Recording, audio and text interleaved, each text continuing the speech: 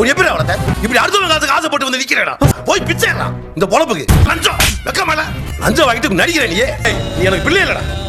இனிமேல் நம்ம வீட்டுல நீ இருக்கணும்னா நீ வாங்கின லஞ்ச பணத்தை முழுசா நல்ல விஷயங்களுக்கு செலவிடல. இந்த வீட்டுக்கு உனக்கு எந்த சம்மந்தம் இல்லாம போயிடும். லஞ்ச பணத்தெல்லாம் நீ திருப்பி கொடுத்துட்டு வா, நல்ல வழியில செலவு பண்ணிட்டு வா அப்படின்னு சொல்லி வீட்டை விட்டு துரத்தி விடுறாரு பாண்டிய. உடனே நேரா செந்தில் என்ன பண்றான், மாமனாரை போய் பார்க்க போறான். மாமனார் என்ன பண்றாரு, மாப்பிள்ளையே நீங்க சொன்னீங்கன்னு நான் இடம் வாங்க அட்வான்ஸ் கொடுத்துட்டேன், உங்க அட்வான்ஸ் பணத்தெல்லாம் திருப்பி தர மாட்டாங்க அப்படின்னு சொல்லி ஒரு பையன் சொல்ல போறாரு.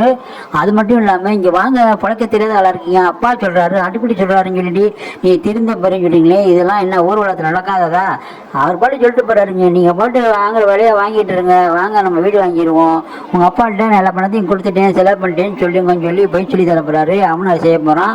தொடர்ந்து லஞ்சம் வாங்கும்போது ஒரு நாள் திடீர்னு போன வாட்டி தப்பிச்ச மாதிரி இல்லாமல் இந்த வாட்டி மாட்டிக்கிட்டு ஜெயிலுக்கு போக போகிறான். பாண்டியன் ஒரே அடியாக தலைமொழியை வீட்டை விட்டு துரத்த போகிறான். செந்தில் ஆனால் அதை வேலை ஆக போகிறான்.